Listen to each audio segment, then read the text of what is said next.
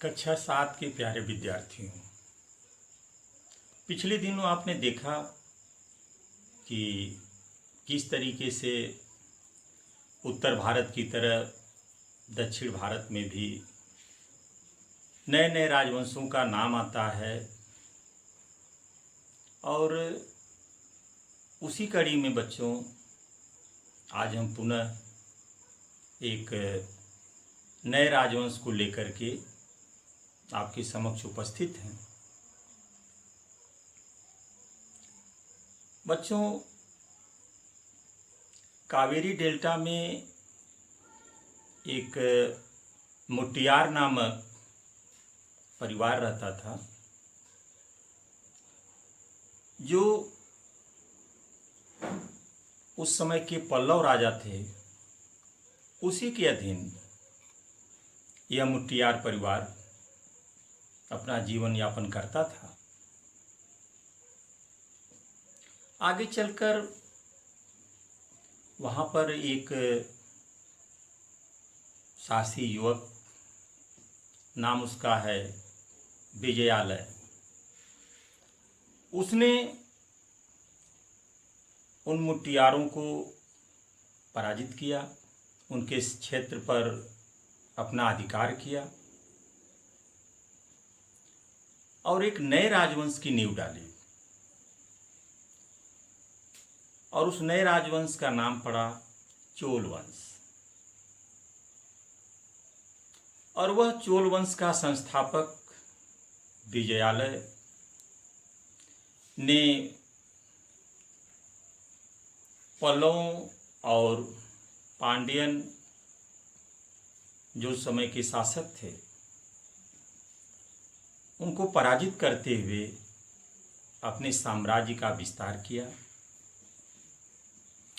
इसी वंश में बच्चों एक बड़ा ही प्रसिद्ध शासक का नाम आता है और उसका नाम है राजराजा प्रथम। बच्चों, बहुत से इतिहासकारों ने उस राजराजा प्रथम को चोल वंश का सबसे प्रतापी राजा, उस चोल राजा ने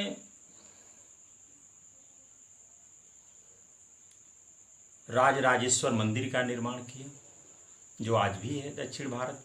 और वो मंदिर, शिव का मंदिर, वो आज भी बड़ा महत्वपूर्ण मंदिरों में उसका नाम है। राजराजा प्रथम ने बच्चों अपने साम्राज्य का विस्तार करते हुए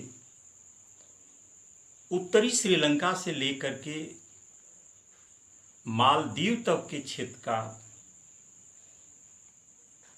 विजित किया और उसे अपने साम्राज्य में मिलाया। उसी कड़ी में उसका पुत्र का नाम भी आता है, जो इतिहास में राजेंद्र प्रथम के नाम से विख्यात होता है। कहा जाता है बच्चों, राजेंद्र प्रथम ने भी कई युद्धों में विजय प्राप्त की। उसने जो बंगाल का पाल वंश का शासक था उस समय, नाम उसका महिपाल आता है, उसको पराजित करके उस बंगाल क्षेत्र पर अपना प्रभुत्व स्थापित किया। इसके अलावा चोल वंश का वह एकमात्र ऐसा शासक रहा बच्चों, जिसने संपूर्ण श्रीलंका पर अपना अधिकार कर लिया। और ऐसा करने में उसकी जल सेना ने काफी मदद की। बच्चों, राजेंद्र प्रथम ने अपने विजयों के उपलक्ष्य में गंगैकोंड चोल नामक उपाधि भी धारण किया और वह एक बड़ा ही प्रतापी शासक चोल वंश का साबित होता है। चोल वंश का अंतिम जो शासक था बच्चों, वह राजेंद्र तृतीय था। तो ये रहा हमारा चोल वंश के प्रमुख शासकों का उल्लेख, कैसे विजयालय से लेकर के राजा प्रथम, राजेंद्र प्रथम और अंत में चोल राजा राजेंद्र तृतीय। बच्चों, राजेंद्र प्रथम ने तंजौर का मंदिर बनवाया हुआ है। गंगई कोंडचोलपुरम का मंदिर बनवाया हुआ है। और इस मंदिर के बच्चों विकास के लिए उस समय के बहुत से शासकों ने अपने जमीनें दी हुई थी अनुदान के रूप में। और वहाँ पर उस जमीनों पर एक बस्ती का स्वरूप इतिहास के अंतर्गत मिलता है, जिस पर तमाम लोग रहते थे, अपना रोजगार करते थे।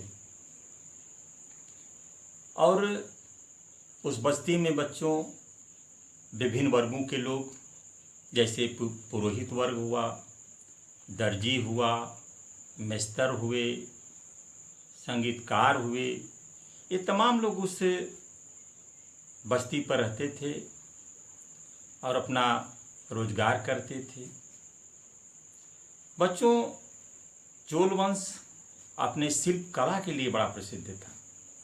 उस समय कांसे की जो मूर्तियां होती थी वह विश्व प्रसिद्ध मूर्तियां आज भी मिलती हैं। अब प्रश्न ये उठता है कि वहाँ पर रहने वाले लोग कैसे अपना खाद्यान्न का उत्पादन करते थे। तो जो कावेरी का क्षेत्र होता था बच्चों, वहाँ की जमीन काफ़ी उपजाऊ होती थी।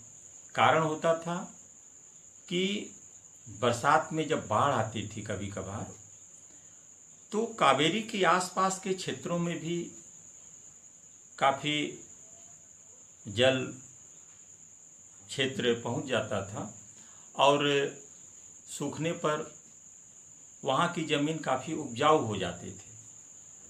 तो जो कावेरी का क्षेत्र था बच्चों, वह अपने धान उत्पादन के लिए विश्व प्रसिद्ध रहा। अब हम यह जानने की कोशिश करेंगे कि वहाँ का प्रशासन कैसे चलता था, यानी चोल वंश का प्रशासन कैसे होता था। बच्चों, चोल वंश का जो स्वशासन प्रणाली थी, इतिहास के जानकारों ने बताया कि बड़ी उच्च कोटि की थी। वहाँ गांवों को ओर कहा जाता था। गांव का जो समूह होता था उसको नाडु कहा जाता था, जिसका काम होता था कर वसूल करके राजकोष में जमा करना। वहाँ पर नगरम का भी उल्लेख मिलता है, जहाँ पर कि